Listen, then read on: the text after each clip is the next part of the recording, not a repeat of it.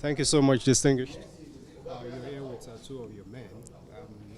We don't want to guess. We would like to know why you brought them to the president. Well, they are Mr. President's children, and they are his great supporters. President is the father of the nation and father of all political parties.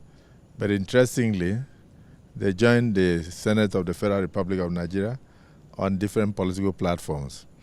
But as a result of the, what I may call Mr. President's policies that have tended to turn things around economically, and particularly in terms of revenue generation for the nation, they found it expedient to come in and join him to build Nigeria. Theirs is nothing but patriotism. They are not interested in which political party is in power. They are interested in who can run Nigeria, who can improve Nigeria, who can put food on the tables of Nigerians. So you have Senator Kaila. He's the senator representing Bauchi North. And if you know Bauchi North, it involves Azare and other places. So it's a very big senatorial district. And then you also have Senator Jaribe, who represents Cross River State North. And that includes the former Senate President's area, Obudu and Ogoja.